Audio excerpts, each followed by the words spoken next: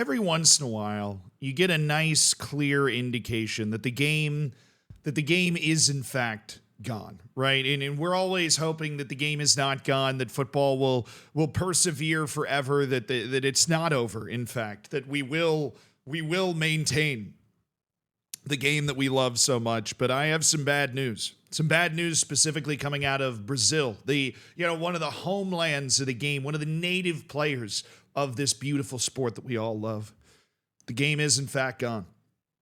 And that is because one of the most intriguing, in-depth, intense, emotionally challenging VAR reviews that you've ever seen, that has fundamentally changed the way that the game is played, the way that I enjoy the game being played.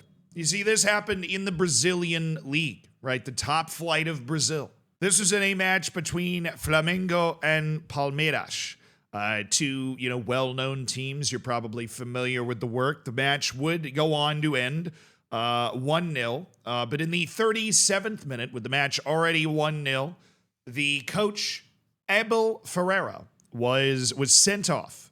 He was shown a red card, and he was banished from the realm. And this incident, this is the reason that the game is gone. It's this red card. It has nothing to do with the rest of the match. In fact, I believe it or not, I did not watch this match. I do not regularly frequent the top Brazilian league on TV on a Wednesday. Now, Abel Ferreira is the manager. He's the manager of Palmeiras. He's actually been there since 2020, which I'm pretty sure makes him the longest tenured manager in the history of the Brazilian league, considering how quickly they fire managers year over year. We go back to the 38th minute, right? We have the official on the way to the VAR monitor to check on something that Abel Ferreira may or may not have done. Here we go. All right, we're at the monitor. What do you have for me, boys? What's being reviewed? Oh, interesting. Okay. Okay, can I get that again in slow-mo, boys? Can I get this one again in slow-mo? There we go. Get it, slow it down. Oh, yep. Okay, definitely. The twig and berries in hand right there. He's got a good firm grasp of both round tables. But this is an official VAR review. We have a group of dudes in the video review room and the referee with the monitor on the side of the field reviewing multiple times in slow-mo Abel Ferreira grabbing his nuts on the touchline. Now, why was Abel Ferreira grabbing his nuts? I don't know. He's not even looking at the other bench or another player on the other team. He's actually wheeling towards his own bench. Maybe it's like an emotional support dog. It's just an emotional support grab of the nuts. I have no idea. But after extensive, detailed, and zoomed-in video review, the VAR team and the referee decided that it was worth a red card for this obscene gesture on the touchline. Clearly, this means the game is gone, though, because allow me to play devil's advocate. What is the difference here between what Abel Ferreira is doing? He doesn't seem to be antagonizing anybody here, and what Jogi Löw did when he was coaching the German national team. The old scratch and sniff that went viral back in the day. Is that a red card?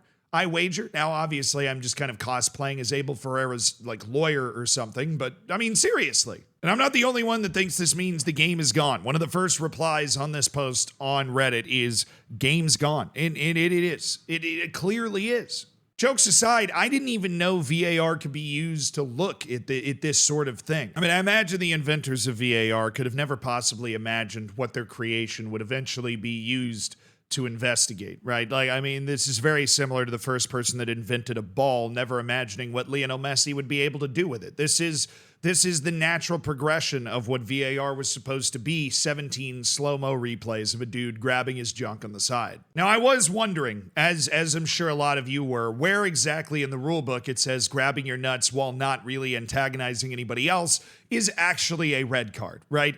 But as somebody points out in the comments here, putting your hand on the ball intentionally is reason for red, so it was a normal and fair decision. That is a very reasoned take. Now, I maybe the rule book never actually manages to specify on which ball you have to, which ball you need to handle in order to get a red card. But he is clearly, if we can get another slow-mo replay in here, which they do extensively, look at the outrageous amount of slow-mo. That's clearly an intentional bit of ball handling. Now, I would assume this is the case that one of Abel Ferreira's players is making here, as he is arguing with the official to try and keep Abel Ferreira from receiving a red card in this situation. Excuse me, sir, this is not the illegal type of ball handling. That's the argument that he looks like he's making. But I do think we've also conclusively proved that if you make literally any call in the Brazilian league, there will be somebody there attempting to argue that call with you. But there are two parts of this incident that might be overlooked that make it even funnier than it already is. Now, first, you have to imagine the fact that the referee did not see this gesture, obviously, because why would he be staring at Abel Ferreira's crotch while he's trying to referee an actual game? But he did not see this gesture, which means that somebody in the assistant referee's room had to page him to come look at what I would imagine they described as an explicit incident, a testicular incident. I don't know. I don't know exactly what they said, but they had to page the official over to come look at the monitor, and it wasn't for offside. And then also, in Brazil, they have the same situation where you announce your final decision to the stadium. It went as follows: sent off after review for making an obscene gesture with his hands. I mean, this actually calls into question the entire VAR review process because it's clearly hand, not hands. Get it right.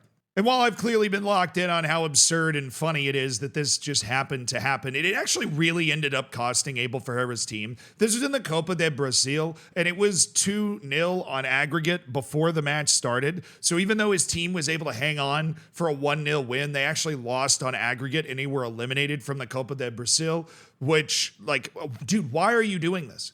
I think the thing that I glanced over, kind of glazed over earlier, which the poor choice of words considering the subject matter, right? Like, is why? Why is he doing this? Right? Even when a player does this on the field, like maybe it's Jude Bellingham making a fun gesture to Jude Bellingham making an inside joke gesture to some of his friends in the stands, right? Which, by the way, according to this precedent, should be an obvious red card. But even when a player's doing that, they're doing it towards somebody. Be like, yo, I need a wheelbarrow to carry these absolute balloons around. That's how manly I am, right? Well, why? Like, I honestly, a part of me thinks he just had it really itched. You know, like, this doesn't make any sense. He's wheeling towards his own bench. Like, it's almost like he's doing it to fire himself up. It's like when Matadors, like, poke bowls in the balls with a stick or something. Like, he's trying to get himself going so that he can coach the last 45, 50 minutes of this match. I have no idea, no clue why he has decided to do this, but he ended up costing his team with it.